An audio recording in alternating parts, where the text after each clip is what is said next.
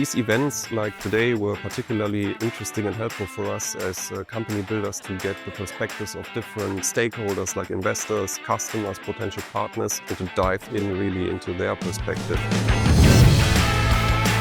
The Reach is about turning science into startups. And here at the Science to Startup Convention, we start at the beginning with the science.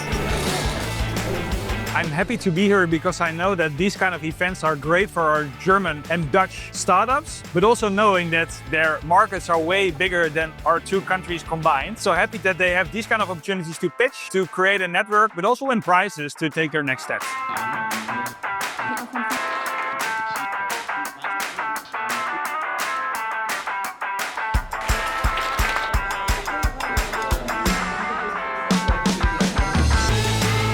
The Reach Startup Award is a great tool to gain more visibility and pitch a technical innovation to a broader audience of people.